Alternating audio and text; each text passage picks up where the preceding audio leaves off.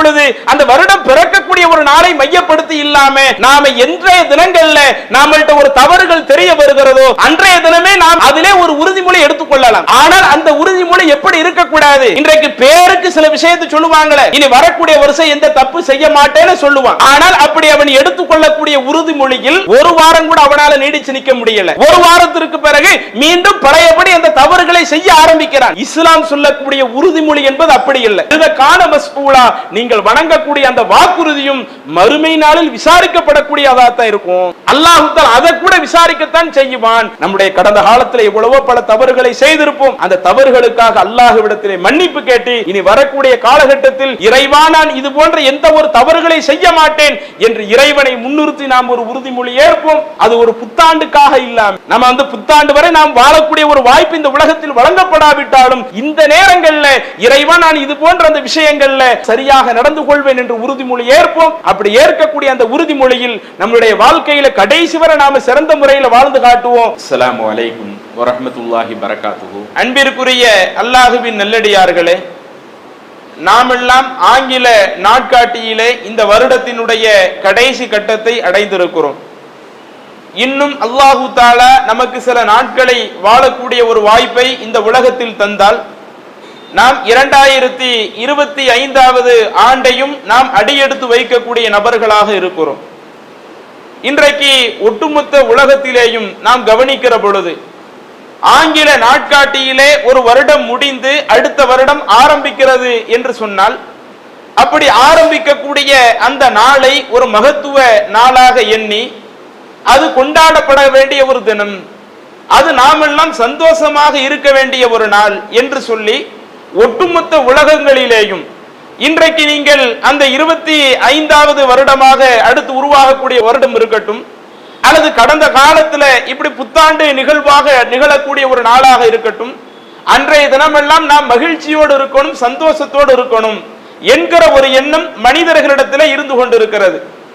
எந்த அளவிற்கு அதுல மனிதர்களுடைய நம்பிக்கை இருக்கிறது என்று சொன்னால், நாம் ஒரு வருடத்தினுடைய முதல் நாளை சந்தோஷமாக கொண்டாடிவிட்டால், மகிழ்ச்சியோடு அதுல நாம இருந்துட்டோம்னு சொன்னா நமக்கு அந்த வருடம் முழுக்க மகிழ்ச்சிக்குரிய ஒரு நாளாக இருக்கும் என்ற அளவிற்கு மக்களுடைய நம்பிக்கை இருந்து கொண்டிருக்கிறது. இதுல இன்றைக்கு மற்ற சமூகத்தில் உள்ளவர்களை நீங்கள் எடுத்துக்கொண்டால், அந்த புத்தாண்டு தினத்திற்கென்று சில சிறப்பான பிரார்த்தனைகள், சில சிறப்பான வணக்க வழிபாடுகள், ஒவ்வொருவரும் தத்தமது மத வழிபாட்டு தலங்களுக்குள் சென்று அன்றைய தினத்தில் சிறப்பான வழிபாடுகள் செய்வதையும் பார்க்கிறோம். ஆனால் இஸ்லாமிய மார்க்கத்தை நீங்கள் எடுத்து பாருங்கள், இறைவன் நமக்கு சொல்லக்கூடிய சட்டதிட்டத்தை கொஞ்சம் கவனித்து பாருங்கள். அல்லாஹ் நமக்கு சொல்லக்கூடிய சட்டதிட்டங்களில் எங்காவது நமக்கு இப்படி ஒரு ஆண்டு முடித்து நாம் அடுத்த ஆண்டை நாம் முன்னோக்கி செல்கிறோம் என்று சொன்னால், அந்த தினத்தில் நாம் ரொம்ப மகிழ்ச்சியாக இருக்கணும், அன்றைய தினத்தில் நாம் ரொம்ப சந்தோஷமாக இருக்கணும், அன்றைய ஒரு தினம் நாம் சந்தோஷமாக கழித்து விட்டால் நமக்கு அந்த ஆண்டு முழுக்க மிக மகிழ்ச்சிக்குரிய ஒரு நாளாக இருக்கும் என்று அல்லாஹ் எங்காவது நமக்கு வழிகாட்டுகிறானா? அப்படிப்பட்ட வழிகாட்டுதல் எங்கேயுமே நம்முடைய மார்க்கத்தில் இல்லை. சரி, அன்றைய தினத்திற்கென்று சிறப்பான பிரார்த்தனைகள் ஏதாவது இருக்குதா? நம்முடைய மார்க்கத்தில் சில நேரங்கள்ல சில குறிப்பிட்ட வணக்க வழிபாடுகளை செய்யுமாறு அல்லாஹ் நமக்கு வலியுறுத்துகிறான். இப்ப சூரிய கிரகண சந்திர கிரகணம் பிடிக்குதா? இறைவனை நினைப்பதற்காக விரைந்து வாருங்கள். கிரகணம் பிடிக்கிற பொழுது அல்லாஹ் நினைப்பதற்கு அல்லாஹ் வர சொல்லுகிறான். மழை இல்லாம நாம ரொம்ப கஷ்டப்படுறோமா? சில குறிப்பிட்ட வணக்க வழிபாடுகளின் மூலம் அல்லாஹ்விடத்தில் நீங்கள் மழையை எதிர்பாருங்கள், அல்லாஹ் இப்படி வழிகாட்டுகிறான். இப்படி சில விஷயங்களுக்கு பிரத்யோகமான வணக்கங்களை அல்லாஹ் நமக்கு வழிகாட்டுவதை போல இந்த புத்தாண்டு தினத்திற்கென்று ஏதாவது பிரத்யோக தொழுகைகள் நமக்கு இருக்கிறதா? அன்றைய தினத்தில் நாம கேட்க வேண்டிய பிரத்யோக துவாக்கள் என்று ஏதாவது இருக்குதா? அப்படி எதையுமே இறைவன் நமக்கு வழிகாட்டவில்லை. ஏன் நமக்கு இறைவன் அதை வழிகாட்டவில்லை? ஒரு ஆண்டினுடைய முதல் நாள் துவங்குகிறது என்றால் அன்றைய தினம் மகிழ்ச்சியாக இருந்து விட்டால் அந்த வருடம் முழுக்க அவனுக்கு மகிழ்ச்சி தான் கிடைக்கும், அவனுக்கு எந்த கஷ்டம் கிடைக்காது, அவன் எந்த சோதனையை சந்திக்க மாட்டான் என்று சொல்லக்கூடிய ஒரு மார்க்கம் இஸ்லாமிய மார்க்கம் அல்ல. மகிழ்ச்சி என்பது இன்ப துன்பம் என்பது அது எல்லா காலத்திலேயும் இறைவன் புறத்திலிருந்து நமக்கு வரக்கூடிய ஒண்ணு. நாம ரொம்ப சந்தோஷமா இருக்கிறோமா, நீங்க அல்லாஹ்வை பெருமைப்படுத்துங்க. அல்லது நாம ரொம்ப கவலையில இருக்கிறோமா, ரொம்ப சோதனையில இருக்கிறோமா, அந்த சோதனையின் போது பொறுமையை எதிர்கொண்டு அல்லாஹ்விடத்துல நன்மை எதிர்பாருங்க என்று இதை எல்லா நேரத்திலேயும் வழிகாட்டக்கூடிய மார்க்கமாகத்தான் இஸ்லாம் இருக்கிறதே ஒழிய அந்த புத்தாண்டு தினத்திற்கென்று ஸ்பெஷலாக எந்த ஒரு வணக்கத்தையும் நமக்கு கற்றுத்தரவில்லை. ஆனால் இன்றைக்கு முஸ்லிம்களுடைய நிலையை எடுத்துக்கொள்ளுங்கள். குறிப்பாக நம்முடைய தமிழகத்தில் இருக்கக்கூடிய முஸ்லிம்களே அந்த புத்தாண்டு கொண்டாட்டங்களில் பங்கெடுக்கக்கூடியவர்களாக இருக்கிறாங்களா இல்லையா? இன்னைக்கு மத்த சமூகத்தில் உள்ளவர்கள் அன்றைய தினம் இரவுல 12 மணிக்கு கொண்டாட்டத்தை துவக்குவார்கள். அப்படி கொண்டாட்டத்தை துவக்கி அந்த ஒரு நாள் முழுக்க அவங்கள் கொண்டாட்டத்திலேயே அவர்கள் மூழ்கி கிடக்கிற பொழுது, நிறைய அனாச்சாரமான காரியங்களில் மூழ்கி கிடக்கிற பொழுது அதை அவர்கள் ஒரு சந்தோஷமாக எண்ணி செய்கிறார்கள் என்றால் அவர்களுக்கு அவர்களுடைய வழி. நமக்கு நம்முடைய மார்க்கத்தில் என்ன சொல்லப்பட்டிருக்கிறது? நம்முடைய இஸ்லாமிய மார்க்கத்தில் அப்படி ஏதாவது வழிகாட்டுதல் இருக்குதா? அன்றைய தினம் நீங்க ரொம்ப சந்தோஷமா இருங்க அப்படி ஏதோ அல்லாஹ் நமக்கு வழிகாட்டுறானா? எந்த ஒரு வழிகாட்டுதல் இல்லை. ஆனா இன்றைக்கு முஸ்லிம்களை எடுத்துக்கொண்டால் நம்ம மக்களும் என்ன செய்கிறார்கள்? அந்த புத்தாண்டு தின கொண்டாட்டம் என்று சொல்லி ஏராளமான கேளிக்கை நிகழ்ச்சிகளில் ஈடுபடுகிறார்கள். இன்னும் சொல்ல போனால் அந்த கேளிக்கை என்று வந்துவிட்டால் அனாச்சாரமும் கூட சேர்ந்து வந்து விடுகிறது. மற்ற நாட்களில் எல்லாம் சில விஷயங்களை தவறு என்று பார்க்கக்கூடியவர்கள் அதுவே ஒரு கேளிக்கை ஒரு அனாச்சாரம் என்று வருகிற பொழுது அதை ஒரு தவறாக பார்ப்பது கிடையாது. ஆணும் பெண்ணு சேர்ந்து நின்னா என்ன தப்பு? எல்லாரும் சேர்ந்து ஒரு கொண்டாட்டத்தை வெளிப்படுத்தினா என்ன தப்பு? அன்றைய தினம் நாம மதுவை குடிச்சு நாம நம்முடைய சந்தோஷத்தை வெளிப்படுத்தினால் என்ன தப்பு என்று நம்முடைய சமூகத்தில் உள்ளவர்களும் இது போன்ற சில காரியங்களில் ஈடுபடுகிறார்கள். அதுல நிறைய பேர் ஒரு தெளிவோடு தான் இருக்கிறாங்க. ஒரு சில நபர்கள்ட்ட இது போன்ற விஷயங்கள் இருந்தாலும் இந்த அனாச்சாரத்துல தங்களை ஈடுபடுத்திக் கொண்டாலும் நிறைய நபர்கள் நாம் தெளிவோடு தான் இருக்கிறோம். இஸ்லாத்திற்கும் இதற்கும் எந்த சம்பந்தமும் இல்லை என்ற ஒரு தெளிவோடு நம்முடைய வாழ்க்கையை கொண்டு செல்கிறோம். ஆனா நம்மள்ட்ட இருக்கிற வேறு சில பிரச்சனைகள் என்ன? இன்றைக்கு அந்த புத்தாண்டு தினத்துல எப்படி ஒரு பக்கம் கேளிக்கை நிகழ்ச்சி என்று மார்க்கத்திற்கு மாற்றமான பல காரியங்கள் நடக்கிறதோ அதே போல ரிசர்வேஷன் என்று சொல்லக்கூடிய ஒரு முறையும் அந்த புத்தாண்டு தினத்திலே ஒன்றை எடுக்கிறார்கள். அப்படின்னா என்ன? ஒவ்வொரு வருடங்கள் பிறக்கும் பொழுதும் நமக்கு நாமே ஒரு உறுதிமொழியை எடுத்துக்கொள்ள வேண்டும். நாம இனிமே எந்த தவறுகளை செய்யக்கூடாது. கடந்த வருஷத்துல நம்மள்ட்ட தண்ணி அடிக்கிற ஒரு பழக்கம் இருந்துச்சா? இனிமே இந்த வருஷத்துல நாம அந்த தப்பை பண்ணக்கூடாது. கடந்த வருடத்துல வேற ஏதாவது ஒரு குற்றம் நம்மள்ட்ட இருந்துச்சா? நாம இப்ப அந்த தவறுகளை செய்யக்கூடாது என்று கடந்த காலத்தில் செய்யக்கூடிய தவறுகளை இனி வரக்கூடிய வருடங்களில் செய்யக்கூடாது என்று உறுதிமொழி எடுக்கிற ஒரு பழக்கம் இது ஒவ்வொரு வருடமும் மக்களுக்கு மத்தியில இருக்கக்கூடிய ஒரு பழக்கமாக இருக்கிறது. அதே போல கெட்ட விஷயத்திலிருந்து எப்படி விலக வேண்டும் என்று உறுதிமொழி எடுக்கிறாங்களோ நன்மையான காரியத்தையும் நாம இது போன்ற இந்த நல்ல விஷயத்தை நிறைய செய்யணும், நிறைய படிக்கணும், நிறைய கல்வி அறிவை வளர்த்துக் கொள்ள வேண்டும் என்று இது போன்ற நன்மையான விஷயங்களையும் அந்த ஆண்டு பிறக்கக்கூடிய முதல் நாளில் நமக்கு நாமே உறுதிமொழி எடுத்துக்கொண்டு அந்த உறுதிமொழியை அடுத்தவர்களிடத்திலையும் சொல்லிக் கொள்ள வேண்டும் என்கிற இந்த ஒரு பழக்கம், அதைத்தான் நியூ இயர் ரிசல்வேஷன் என்று சொல்லுகிறார்கள். இந்த ஒரு பழக்கமும் இன்றைக்கு நம்முடைய மக்களுக்கு மத்தியில இருக்கிறது. அதிலும் சில முஸ்லிம்கள் தங்களை இணைத்துக் கொள்கிறார்கள்.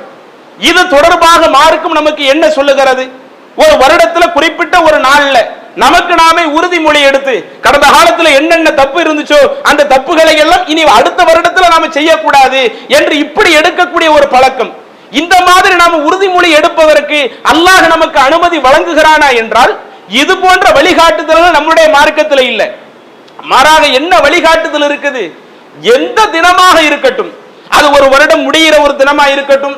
இப்ப டிசம்பர் 27 தான் இருக்கிறோம். இன்னும் இந்த நாட்கள் முடிவதற்கு 4 நாள் இருக்குது.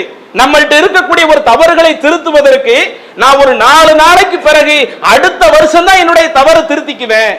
இருக்கிற நாட்கள்ல நான் எதை சந்தோஷமா அந்த தவறுகளை செஞ்சுக்கிடுறேன் என்று செய்யக்கூடிய இந்த ஒரு பழக்கத்தை அல்லாஹ் நமக்கு அனுமதிக்கவில்லை. எதை அல்லாஹ் நம்மளுடைய மார்க்கத்துல இதை தப்புன்னு அல்லாஹ் சொல்லிட்டானோ, தப்பு என்று நமக்கு தெரிய வருகிறதோ அந்த கணமே இனிமே நான் இந்த தப்பை செய்ய மாட்டேன், இந்த ஒரு உறுதிமொழி எடுத்துக்கொள்வது மார்க்கத்துல தவறு இல்லை. இன்னைக்கு நம்ம பொருளாதார விஷயங்கள் சில குற்றம் செய்யறோம்னு வைங்க, அல்லது வேற ஏதோ சில தவறுகள் நம்ம செய்யறோம்னு வைங்க, நான் இவ்வளவு பெரிய ஒரு தப்பு பண்றேனே, இந்த தப்புகளோடு நான் மறுமை நாளில் அல்லாஹ்விடத்தில் நின்றால் அல்லாஹ் என்னை கடுமையாக தண்டித்து விடுவானே. எனவே இறைவா, நான் கடந்த காலத்தில் செய்த அத்துணை தவறுகளுக்காக நான் உன்னிடத்திலே மன்னிப்பு கேட்கிறேன். இனி வரக்கூடிய காலகட்டங்கள்ல நான் என்னுடைய இது போன்ற எந்த ஒரு தவறுகளையும் அமைத்துக் கொள்ள மாட்டேன் என்று நமக்கு நாமே இறைவனை முன்னிறுத்தி உறுதிமொழி எடுக்கிறது. அதை மார்க்கும் நமக்கு எந்த ஒரு தடையும் சொல்லல. ஆனால் அது ஒரு குறிப்பிட்ட நாளை மையப்படுத்தி இருக்கக்கூடாது. ஒரு வருடம் பிறக்கும் பொழுது அந்த வருடம் பிறக்கக்கூடிய ஒரு நாளை மையப்படுத்தி இல்லாம நாம என்றைய தினங்கள்ல நாமள்கிட்ட ஒரு தவறுகள் தெரிய வருகிறதோ அன்றைய தினமே நாம் என்ன செய்யலாம், அதிலே ஒரு உறுதிமொழி எடுத்துக்கொள்ளலாம். ஆனால் அந்த உறுதிமொழி எப்படி இருக்கக்கூடாது? இன்றைக்கு பேருக்கு சில விஷயத்தை சொல்லுவாங்களே, இனி வரக்கூடிய வருஷம் எந்த தப்பு செய்ய மாட்டேன்னு சொல்லுவான். ஆனால் அப்படி அவன் எடுத்துக்கொள்ளக்கூடிய உறுதிமொழியில் ஒரு வாரம் கூட அவனால நீடிச்சு நிற்க முடியல. ஒரு வாரத்திற்கு பிறகு மீண்டும் பழையபடி அந்த தவறுகளை செய்ய ஆரம்பிக்கிறான். இஸ்லாம் சொல்லக்கூடிய உறுதிமொழி என்பது அப்படி இல்லை. நாம அடுத்தவங்கள்ட்ட ஒரு வாக்குறுதி கொடுக்கிறதா இருக்கட்டும், அல்லது நம்மை படைத்த ரப்புல் ஆலமீனிடம் நாம் ஒரு விஷயத்தை சொல்லி, இறைவா இனி வரக்கூடிய காலகட்டங்களில் நான் என்னுடைய வாழ்க்கையை இப்படி அமைத்துக் கொள்வேன் என்று கொடுக்கக்கூடிய ஒரு வாக்குறுதியாக இருக்கட்டும், இப்படி அல்லாஹ்ட்ட கொடுக்கிற ஒரு வாக்குறுதியா இருந்தாலும் மற்ற மனிதர்கள்ட்ட கொடுக்கிற வாக்குறுதியா இருந்தாலும் அந்த வாக்குறுதியை இறைவனை நம்பக்கூடிய நபர்கள் அதை கண்டிப்பாக பேணக்கூடியவர்களாக இருக்கணும். இதுதான் அல்லாஹ் நமக்கு குர்ஆன்ல காட்டக்கூடிய மிகப்பெரிய ஒரு வழிகாட்டுதலாக இருக்கிறது. அல்லாஹ் தன்னுடைய திருமறையில சூரத்துல் மாயிதாவினுடைய 1வது வசனத்திலே குறிப்பிடுகிறான், யா அய்யுஹல்லதீன ஆமனு, அல்லாஹ்வை நம்பிக்கை கொண்ட மக்களே, அவ்ஃபு பில் உகூத், நீங்கள் ஏதேனும் உடன்படிக்கை எடுத்தால், அது அல்லாஹ்ட்ட எடுக்கிற உடன்படிக்கையாக இருக்கட்டும் அல்லது மக்கள்கிட்ட எடுக்கிற ஒரு உடன்படிக்கையா இருக்கட்டும், ஏதேனும் ஒரு விஷயத்துல நீங்கள் உடன்படிக்கை எடுத்தால் அந்த உடன்படிக்கையை நிறைவேற்றக்கூடியவர்களாக இருங்க. ஒரு பக்கம் உடன்படிக்கையை எடுத்துட்டு திரும்ப அந்த உடன்படிக்கைக்கு மாறு செய்யக்கூடியவர்களாக இருந்திராதீங்க. அது இறை நம்பிக்கையாளர்கள்ட்ட இருக்கிற ஒரு பழக்கமே இல்ல. இறை நம்பிக்கையாளர்கள்னா நான் வெறுமனே அல்லாஹ்வை நம்பிட்டேன், ரசூலை ஏத்துக்கிட்டேன் என்று சொல்வது மட்டும் இறை நம்பிக்கையினுடைய அடையாளம் கிடையாது.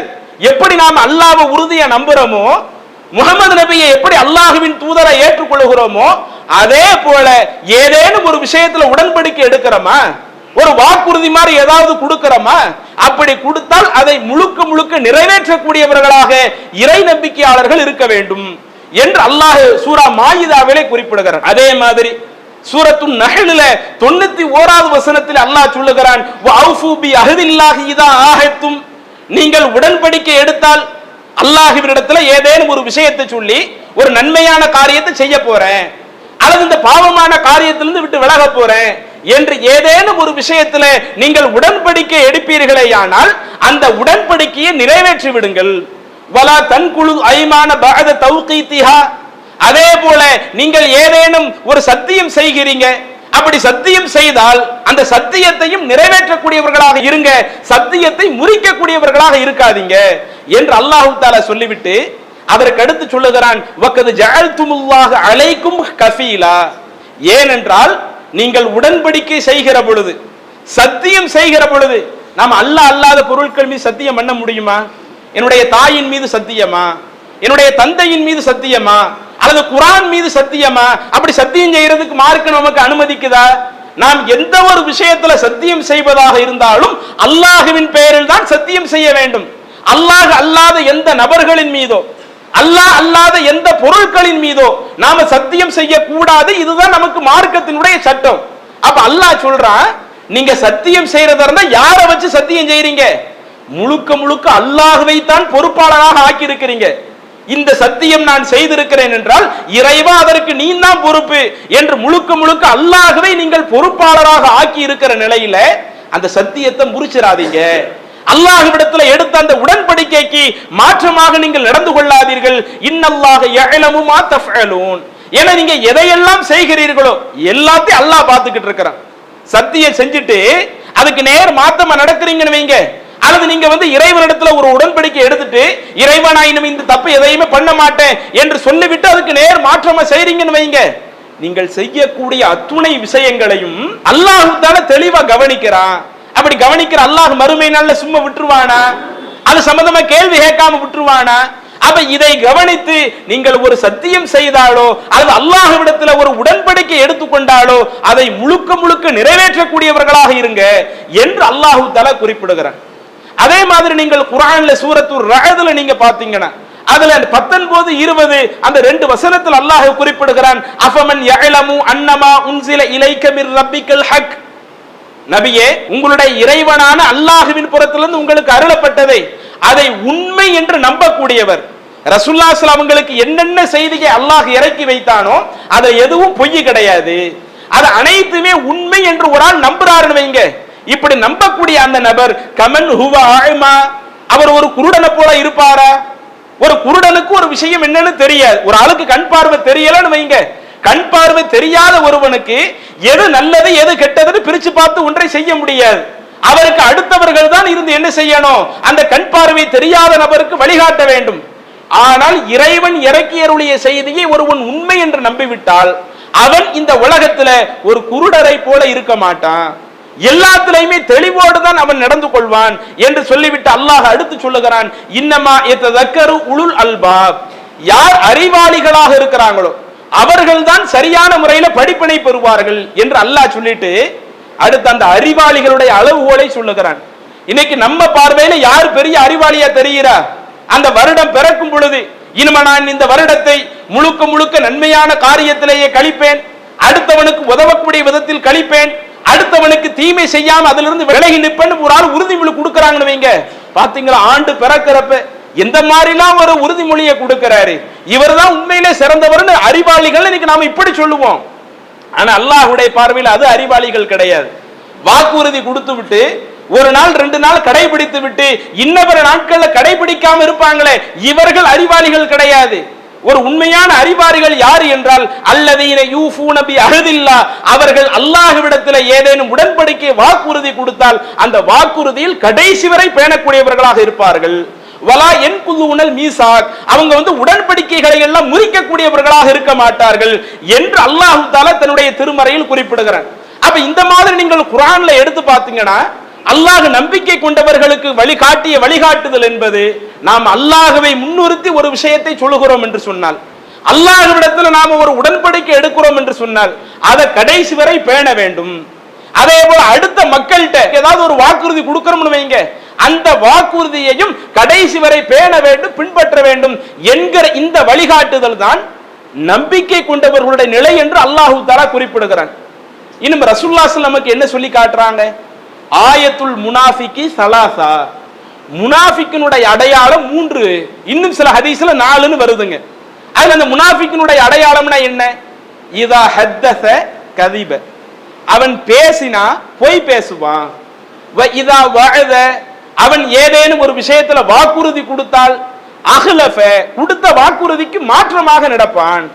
வ இதா துமின, அவனை ஒரு விஷயத்துல நம்புன, சரி ஆள் பெர்ஃபெக்ட்டா இருப்பாரு என்று ஒரு விஷயத்துல நம்பி ஒன்றை ஒப்படைத்தால் ஹான, அந்த நம்பி ஒப்படைக்கப்பட்ட அந்த விஷயத்துல அவர் மோசடி செய்து விடுவார் என்று அல்லாஹ்வுடைய தூதர் சொல்றாங்களே. அப்ப இதுல நீங்க புத்தாண்டு தினத்திற்கென்று தனியான வாக்குறுதி கொடுக்கிறதுக்கு மார்க்கத்துல இல்ல. எந்த தினத்தில் வேண்டுமானாலும் நம்மிடத்துல ஒரு தீமையான காரியம் இருக்குதா, உண்மையிலேயே உளமாற திருந்தி இறைவா நான் இனிமே இந்த தவறுகளை செய்ய மாட்டேன், இனி வரக்கூடிய காலகட்டத்தில் நான் முழுக்க முழுக்க நன்மையான காரியத்திலேயே பயணிப்பேன் என்று என்றைய தினத்தில் வேண்டுமானாலும் நாம் உறுதி எடுக்கலாம்.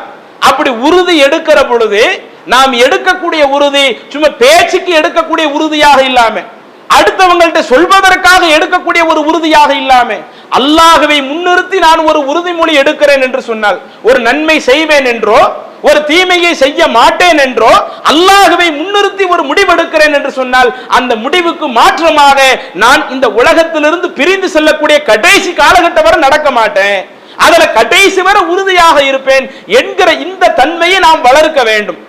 கொஞ்சம் அப்படியே நபி தோழர்களுடைய வாழ்க்கையை எடுத்து பாருங்கள். அல்லாஹ்வுடைய தூதர் சஹாபாக்களை எந்த மாதிரி உருவாக்கினார்கள். அவர்களும் தங்களுடைய வாழ்க்கையில் சில நேரங்கள்ல சில குறிப்பிட்ட உறுதிமொழி ஏற்கிறார்கள். அப்படி ஏற்கக்கூடிய அந்த உறுதிமொழியை அதில் அவங்க கடைசி வரை எந்த மாதிரி நடந்தாங்க. இன்றைக்கு நாம் நம்முடைய காலங்கள்ல கடந்த காலத்துல எவ்வளவோ அடுத்தவங்களுக்கு வாக்குறுதி கொடுத்திருப்போம், இன்னும் அல்லாஹ்விடத்துல கூட எவ்வளவோ பல விஷயங்களுக்கு வாக்குறுதி கொடுத்திருப்போம். இப்படி வாக்குறுதி கொடுத்த விஷயத்துல நாம எப்படி நடக்கிறோம் என்பதை கொஞ்சம் ஒப்பிட்டு பாருங்கள். சஹீஹ் முஸ்லிமிலே பதிவு செய்யப்பட்ட ஒரு நபிமொழி, பதுர் யுத்தம். அந்த பதுர் யுத்தத்தை பத்தி நாம் அதிகமாகவே கேள்விப்பட்டிருப்போம்.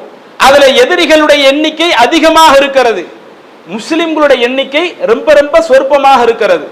இப்படி ரொம்ப ரொம்ப ஆரம்பத்தில் யுத்தத்திற்காக அல்லாஹ்வுடைய தூதர் கிளம்பவில்லை, ஆனால் அது நடைபெறக்கூடிய நிகழ்வு பின்னாடி வேற மாதிரி மாறி கண்டிப்பாக யுத்த களத்தை சந்திக்க வேண்டிய ஒரு நெருக்கடிக்கு ஆளாகி விடுகிறார்கள் இஸ்லாமிய படையினர். அப்ப அதுல முஸ்லிம்கள் எல்லாம் பதுர் யுத்தத்துல கலக்கும் பொழுது ஹுதைஃபத் இப்னுல் யமான் என்கிற அந்த நபி தோழர், இன்னும் அவருடைய தந்தை அல் யமான் என்று சொல்லக்கூடிய இந்த 2 நபி தோழர்களும் மக்காவில் இருந்து பதுரை நோக்கி புறப்பட்டு வெளியே போறாங்க. ரசூலுல்லாஹி ஸல்லல்லாஹு அலைஹி வஸல்லம் மதீனாவுக்கு வந்து ஹிஜ்ரி 2ல தான் பத்ர் யுத்தம் நடக்குது. அப்ப ஹிஜ்ரி 2ல பத்ர் யுத்தம் நடந்தாலும் ஹுதைஃபத்துன் இப்னு யமான் என்கிற அந்த நபி தோழரும் அவருடைய தந்தை அல் யமான் என்று சொல்லக்கூடிய அந்த நபி தோழரும் அந்த பத்ர் நடைபெறக்கூடிய யுத்தம் நடைபெறக்கூடிய அந்த நாள்ல அவங்க வந்து மக்காவிலிருந்து கிளம்பி என்ன செய்யறாங்க, பதுரை நோக்கி போறாங்க. அப்படி பதுரை நோக்கி போகக்கூடிய நேரத்துல மக்கத்து முஷ்ரிக்கீன்கள் இந்த இருவரையும் பார்த்து கேட்கிறார்கள், இன்னக்கும் துரீதுன முஹம்மதா, நீங்க முகமது என்கிற அந்த இறை தூதரை நாடித்தான் நீங்க போறீங்களா? பதுர் யுத்தத்துல இப்ப எங்களுக்கு எதிராக ஆளை திரட்டி நிக்கிறாங்க, எங்களுக்கு எதிராக திரட்டி நிற்கும் பொழுது நீங்க அந்த முகமதை நாடித்தான் செல்லுகிறீர்களா என்று அந்த இரு நபித்தோழர்களிடத்தில் கேட்கிற பொழுது ஃபகுல்னா, அந்த இரண்டு நபித்தோழர்கள் சொல்ல விடுகிறார்கள், மா நுரீதுஹு, நாங்க முகமது நபியை நாடி எல்லாம் அங்க போகல, மா நுரீது இல்லல் மதீனா, நாங்க பதுர் களத்துக்கெல்லாம் போகல, உங்களுக்கு எதிராக நாங்க என்ன செய்யல, போர் செய்வதற்காக போகல, நாங்க மதீனாவை நோக்கித்தான் போறோம். ஆனால் அந்த இரண்டு நபித்தோழர்களும் சென்றது பதுர் களத்திற்காகத்தான். அப்படி போகக்கூடிய நேரத்திலே வழிமறிச்சு கேட்டுட்டாங்களே, வழிமறிச்சு கேட்டதுனால இப்ப நம்ம என்ன செய்யறது, நாங்க வந்து முகமது நபியை நோக்கி போகல, நாங்க வந்து மதீனாவை நோக்கித்தான் போறோம் என்று நாங்க ரெண்டு பேரும் பதில் சொன்னோம். இப்படி பதில் சொன்ன பிறகு அப்போது அந்த முஷ்ரிக்கீன்கள் எங்களிடத்துல சில உறுதிமொழியை வாங்கினார்கள். அல்லாஹ்வை முன்னிறுத்தி சில உறுதிமொழியை வாங்கினார்கள். சில உடன்படிக்கை எங்களிடத்தில் வாங்கினார்கள். நீங்கள் போறதா இருந்தா மதீனாவுக்கு தான் போகணும், நீங்க பத்ர் களத்தை நோக்கி போக கூடாது. அங்க எங்களுக்கு எதிராக வந்து நீங்க போர் செய்யறதுக்காக பத்ர் நோக்கி போயிடக்கூடாது, நீங்க ரெண்டு பேரும் மதீனாவுக்கு தான் போகணும். வலா நுகாத்திலு மஅஹு, நீங்கள் அந்த இறை தூதரோடு சேர்ந்து எங்களுக்கு எதிராக சண்டையிடக்கூடாது என்று சொல்லி ஒரு உடன்படிக்கை எடுத்து அனுப்பி விடுகிறார்கள். அப்ப இந்த இரண்டு நபி தோழர்களுக்கு கடுமையான வருத்தம், நாம போறதே யுத்த களத்துக்கு தான் போறோம், திடீர்னு அவங்க கேட்கறாங்க எங்க போறீங்கன்னு. நாம வந்து ரசூலுல்லாஹி ஸல்லல்லாஹு அவங்களை நோக்கி நாங்க போகல, பத்ரை நோக்கி நாங்க போகல, மதீனாவுக்கு போறோம்னு சொல்லிட்டோம். அப்படி மதீனாவுக்கு போறோம்னு சொன்ன பிறகு இப்படி ஒரு உடன்படிக்கை நம்மளுக்கு எடுக்க வச்சுட்டாங்களே, அந்த இடத்துல நாம ஒரு உடன்படிக்கை கொடுக்க வேண்டிய ஒரு நிலை வந்துருச்சே என்று எண்ணி மீண்டும் அல்லாஹ்வின் தூதரை வந்து சந்தித்து அதற்குரிய விளக்கத்தை கேட்கிறார்கள். அல்லாஹ்வுடைய தூதர், இந்த மாதிரி நடந்துருச்சு, நாங்க பத்ர் யுத்தத்துக்கு தான் வர ஆசைப்பட்டோம், ஆனால் இப்படி யுத்தத்துல கலந்து கொள்ள கூடாது என்று உடன்படிக்கை எடுத்து விட்டார்களே, நாங்க என்ன செய்யறது, எங்களுடைய வாழ்க்கையை நாங்க எப்படி அமைச்சுக்கிறது என்று கேட்கிற பொழுது அப்போது அல்லாஹ்வுடைய தூதர் சொல்லுகிறார்கள், இன்சரிஃபா நஃபி லஹும் பி அஹதிஹிம், அவங்க சொன்ன மாதிரியே நீங்க ரெண்டு பேரும் மதீனாவுக்கே போங்க, அவங்களுக்கு கொடுத்த அந்த வாக்குறுதியை நீங்க ரெண்டு பேருமே நிறைவேற்றுங்க, நம்ம வாக்குறுதி நிறைவேற்றக்கூடிய நபர்களாக இருந்துருவோம். வ நஸ்தஈனுல்லாஹ அலைஹிம், ஆனா நீங்க அங்க மதீனாவில் இருந்து இவர்களுக்கு எதிராக அல்லாஹ்விடத்துல உதவி தேடுங்க. இவன் நீங்க போர்க்களத்துல வரணும்னு நினைக்கிறீங்க, இருந்தாலும் நீங்க வாக்குறுதி கொடுத்ததுனால அவங்க கொடுத்த வாக்குறுதியை நிறைவேற்றுங்க, நீங்க போர்க்களத்துல பங்கேற்க வேண்டாம், நீங்க மதீனாவுக்கே ஹிஜ்ரத் பண்ணி போயிடுங்க, அங்க போய் இருந்து விட்டு இவங்களுக்கு எதிராக அல்லாஹ்விடத்துல என்ன செய்யுங்க, உதவி தேடுங்கள் என்று அல்லாஹ்வுடைய தூதர் வழிகாட்டிய நிகழ்வை பார்க்கிறோமே. அப்ப இந்த செய்தி நமக்கு என்ன காட்டுகிறது, ஒரு யுத்த களம் ரொம்ப அவசியமாக இருக்க வேண்டிய ஒரு இடம், அதுல ஒரு வாக்குறுதி கொடுக்கப்பட்டாலும் அதில் அல்லாஹ்வுடைய தூதர் எப்படி நடக்க சொன்னாங்க, நீங்கள் கொடுத்த வாக்குறுதியில கரெக்டா இருங்க, கொடுத்த வாக்குறுதியை மீறி விட வேண்டாம். இப்படித்தானே அல்லாஹ்வுடைய தூதர் நபி தோழர்களை வழி நடத்தினார்கள். அதே போல சஹீஹுல் புகாரியிலே பதிவு செய்யப்பட்ட ஒரு நபிமொழி, ஹக்கீம் பின் ஹிசாம் என்கிற ஒரு நபி தோழர் ஏழ்மை நிலையில இருக்கும் பொழுது நபிகள் நாயகம் ஸல்லல்லாஹு அலைஹி வஸல்லம் உங்களிடத்துல உதவியை கேட்கிறாங்க, அல்லாஹ்வுடைய தூதர் எனக்கு ஏதாவது கொடுங்களேன். ரசூலுல்லாஹி ஸல்லல்லாஹு அவங்க உதவி செய்கிறார்கள், மீண்டும் ஏதாவது கொடுங்களேன். ரெண்டாவது ரசூலுல்லாஹி ஸல்லல்லாஹு கொடுக்கறாங்க, அடுத்து ஏதாவது கொடுங்களேன். மூன்றாவதும் அல்லாஹ்வுடைய தூதர் கொடுத்து விட்டு அடுத்து சொல்லுகிறார்கள், யா ஹக்கீமு, ஹக்கீமே, இன்ன ஹாதல் மால ஹுல்வத்துன் ஹதீரத்துன், இந்த பொருளாதாரம் என்பது அது ஒரு இனிமையானது, பசுமையானது, கையில கிடைக்க கிடைக்க அவ்வளவு சந்தோஷமா இருக்கும் என்று சொல்லிவிட்டு, யார் அந்த பொருளாதாரத்தை திருப்தியான முறையில பேராசை இல்லாம சம்பாதிக்கிறாங்களோ, ஹலாலான அடிப்படையில தூய்மையான எண்ணத்துல யார் அந்த பொருளாதாரத்தை சம்பாதிக்கிறாங்களோ, பூரிக்க லஹு ஃபீஹி, அவருக்கு தான் அந்த பொருளாதாரத்துல பரக்கத்து கிடைக்கும். யார் ஒருவர் பேராசையில எனக்கு நிறைய காசு வந்தா போதும் என்கிற ஒரு நிலையில ஒருவன் பொருளாதாரத்தை பெறுகிறானோ, லம் யுபாரிக் லஹு ஃபீஹி, அவனுக்கு அதுல எந்த ஒரு பரக்கத்தும் இருக்காது என்கிற ஒரு செய்தியை அல்லாஹ்வுடைய தூதர் சொல்லுகிறார்கள். இந்த நபிமொழிகளை அந்த இடத்துல கேள்வியுற்ற அந்த நபி தோழர் ஹக்கீம் பின் ஹிசாம் என்ற நபி தோழர் அல்லாஹ்வின் தூதரிடத்திலே ஒரு வாக்குறுதி ஒன்றை கொடுக்கறாங்க. வல்லதி பஅஸக பில் ஹக், ஹக்கீம் பின் ஹிசாம் அல்லாஹ்வின் தூதரை பார்த்து சொல்றாங்க, உங்களுக்கு உண்மையான செய்தியை இறக்கி அருளினானே அந்த அல்லாஹ்வின் மீது ஆணையாக லா அர்ஸவு அஹதன் பஅதக ஷைஆ, உங்களுக்கு பிறகு எந்த ஒரு நபர்கிட்டையும் நான் இந்த மாதிரி கையேந்தி போய் நிக்க மாட்டேன். எதுவரை? ஹத்தா உஃபாரக துன்யா, நான் இந்த உலகத்திலிருந்து பிரிந்து செல்லும் வரை, எனக்கு மௌத் வரந்தண்டியும். இப்போ உங்கள்கிட்ட கேட்டனே, இதுதான் நான் பொருளாதாரத்திற்காக அடுத்தவங்கள்ட்ட போய் நின்ன ஒரு நிகழ்வாக இருக்குமே ஒழிய, இதை தாண்டி எந்த ஒரு சந்தர்ப்பத்திலேயும் அல்லாஹ்வின் தூதரே உங்களுக்கு பிறகு ஒரு வருடத்திலேயும் நான் எதையும் போய் கேட்டு நிக்க மாட்டேன் என்று அல்லாஹ்வின் தூதரிடத்தில் ஒரு உறுதிமொழி கொடுக்கிறாங்க. ரசூலுல்லாஹி ஸல்லல்லாஹு அலைஹி வஸல்லம் அவங்களும் மரணித்து விடுகிறார்கள். அதற்கு பிறகு அபூபக்கர் ரலியல்லாஹு அன்ஹு ஆட்சிக்கு வர்றாங்க. இஸ்லாமிய அரசாங்கத்தில் நிறைய பொருளாதாரம் கிடைக்கிறது. அப்படி கிடைக்கக்கூடிய பொருளாதாரத்தை அந்த நாட்டில் உள்ள மக்களுக்கு அந்த ஜக்காத் நிதியில் இருந்து அந்த ஜக்காத் நிதியை யார் பெறுவதற்கு தகுதியான நபர்களோ அவர்களை அழைத்து கூப்பிட்டு கொடுக்கிற பொழுது அபூபக்கர் ரலியல்லாஹு அன்ஹு அவர்கள் இந்த ஹக்கீம் பின் ஹிஸாம் என்கிற நபித்தோழரை அழைக்கிறாங்க. இல்ல, எனக்கு அந்த பொருளாதாரம் வேண்டாம், மறுத்து விடுகிறார்கள். திரும்ப அபூபக்கர் அவர்களுடைய ஆட்சி முடிகிறது. உமர் ரலியல்லாஹு அன்ஹு அவங்களுடைய ஆட்சி. அவங்க ஹக்கீம் பின் ஹிஸாம் அவங்களை அழைச்சி, நான் மற்றவங்களுக்கும் இது போன்ற உதவி செய்யத்தான் செய்யறேன், ஒரு ஜனாதிபதி என்ற அடிப்படையில என்னுடைய நாட்டில் இப்படி கஷ்டப்படக்கூடியவர்களுக்கு உதவக்கூடிய ஒரு கட்டாயம் எனக்கு இருக்குது, உதவக்கூடிய ஒரு நிலையில நான் இருக்கிறேன். மற்றவங்களுக்கு கொடுக்கிற மாதிரி தான் உங்களுக்கு உதவி செய்யறேன், உங்களுக்கு மட்டும் நான் பிரத்யேகமா செய்யல. நீங்க இந்த ஜக்காத் பொருளில் இருந்து பெற்றுக்கொள்ளுங்கள் என்று சொல்லுகிற பொழுது அப்போதும் அவர்கள் மறுக்கிறார்கள். மறுக்கக்கூடிய நேரத்தில் உமர் ரலியல்லாஹு அன்ஹு அவர்கள் குறிப்பிடுகிறார்கள், மக்களை அழைத்து, இன்னி உஷ்ஹதிக்கும் யா மஅஷரல் முஸ்லிமீன், முஸ்லிம் சமுதாயமே, உஷ்ஹிதுக்கும், நான் உங்களை இதற்கு சாட்சியாக ஆக்குகிறேன். அல்லாஹ் ஹக்கீமின், இந்த ஹக்கீம் விஷயத்துல உங்க எல்லாத்தையுமே நான் ஒரு சாட்சியாளராக ஆக்குகிறேன். அன்னி அஅரிது அலைஹி ஹக்கஹும் மின் ஹாதல் ஃபை, இந்த அரசாங்க பொருளாதாரத்திலிருந்து நான் இவருக்குரிய அந்த பங்கை நான் பிரிச்சு கொடுக்கிறேன். இவங்களுக்கு எவ்வளவு பங்கு போகணுமோ அதை வாங்கிக்கிடுங்க, நான் எவ்வளவோ பிரிச்சு கொடுக்கிறேன். நான் கொடுக்கக்கூடிய அந்த பொருளாதாரத்தை அவர் வாங்க மறுக்கிறார். நான் ஏன் ஹக்க கரெக்டா பண்ணிட்டேன். ஆட்சியாளரின் அடிப்படையில் ஒரு ஆளுக்கு கொடுத்து ஒரு ஆளுக்கு கொடுக்காம இல்ல, என்னுடைய அந்த அடிப்படையில் நான் கரெக்டாக என்னுடைய உரிமையை வழங்குறேன். ஆனால் அவர்தான் வாங்க மறுக்கிறார். இதை நீங்க உங்களை நான் ஒரு சாட்சியாளராக ஆக்குறேன் அது உமர் ரலியல்லாஹு அவர்கள் குறிப்பிடுகிறார்கள். அந்த நபிமொழியினுடைய கடைசி பகுதியை பார்க்கிற பொழுது அதுதான் நமக்கு ஆச்சரியம்னா அவ்வளவு பெரிய ஒரு ஆச்சரியம். மற்ற நபர்களே ஹக்கீம் பின் ஹிஸாம் என்கிற அந்த நபித்தோழருக்கு ஒரு சான்று கொடுக்கிறார்கள், ஒரு சர்டிபிகேட் வழங்குகிறார்கள். பலம் யர்அஸ் ஹக்கீமுன் அஹதன் மினன் நாசி பஅத ரசூலுல்லாஹி ஸல்லல்லாஹு அலைஹி வஸல்லம் ஹத்தா துவஃபிய, அவர்கள் இந்த உலகத்தில் மரணிக்கக்கூடிய கடைசி காலகட்டம் வரை அல்லாஹ்வின் தூதர்கிட்ட ஆரம்பத்தில் கேட்டாங்களே, அதுக்கு பிறகு எந்த ஒருவரிடத்திலேயும் எந்த பொருளாதாரத்தையும் வாங்கினது கிடையாது. ஆட்சி தலைவர் கொடுத்தாலும் வாங்கினது கிடையாது, ஆட்சி தலைவர் இல்லாம அடுத்தவங்க ஏதாவது உதவி செஞ்சாலும் வாங்கினது கிடையாது என்கிற அந்த செய்தியை சஹீஹுல் புகாரியில பார்க்கிறோமே. அப்ப இது நமக்கு என்ன உணர்த்துகிறது? ரசூலுல்லாஹி ஸல்லல்லாஹு அலைஹி அவங்கள்ட்ட ஒரு உறுதிமொழி கொடுக்கும்போது ரசூலுல்லாஹி ஸல்லல்லாஹு அலைஹி மரணிச்சிட்டாங்க. அதற்கு பிறகு வேற ஒரு ஆட்சியாளர் தானே கொடுக்கறாங்க. ரசூலுல்லாஹி ஸல்லல்லாஹு அலைஹி அவங்கள்ட்ட கொடுத்த வாக்குறுதி அடுத்தவங்களுக்கு என்ன தெரிய போகுது என்று இருந்தாங்களா? நாம் அல்லாஹ்வை முன்னிறுத்தி கொடுத்திருக்கிறோம். இப்படி அல்லாஹ்வை முன்னிறுத்தி நான் இந்த காரியத்தை செய்ய மாட்டேன் என்று சொன்னால் என்னுடைய மரணம் வருந்தண்டியும் நான் அதை செய்ய மாட்டேன் என்கிற அந்த தன்மையில உறுதியாக இருந்தார்களே, இந்த பண்பை தான் நாம் வளர்த்து கொள்ள வேண்டும். நம்முடைய வாழ்க்கையில் எவ்வளவோ பல நேரங்களில் வாக்குறுதி கொடுப்போம் அடுத்த நபர்கள்ட்ட, அல்லது இறைவனை முன்னிறுத்தி எவ்வளவோ பல விஷயங்களை சொல்லுவோம். அப்படி சொல்லுவதை ஒரு விளையாட்டுத்தனமான ஒன்றாக எடுத்துக்கொள்ளாமல் அதை நம்முடைய வாழ்க்கையில கடைசி வரை பேணக்கூடியவர்களாக இருக்கணும். ஏன்னா அல்லாஹ் தன்னுடைய திருமறையில் சொல்லுகிறான், வஅஃபு பில் அஹ்த், நீங்கள் வழங்கக்கூடிய அந்த வாக்குறுதியை ஒழுங்காக நிறைவேற்றுங்கள். இன்னல் அஹ்த கான மஸ்ஊலா, நீங்கள் வழங்கக்கூடிய அந்த வாக்குறுதியும் மறுமை நாளில் விசாரிக்கப்படக்கூடியதாக இருக்கும். அல்லாஹ் அதை கூட விசாரிக்கத்தான் செய்வான் என்று அல்லாஹ் தன்னுடைய திருமறையில் வழிகாட்டுகிறானே.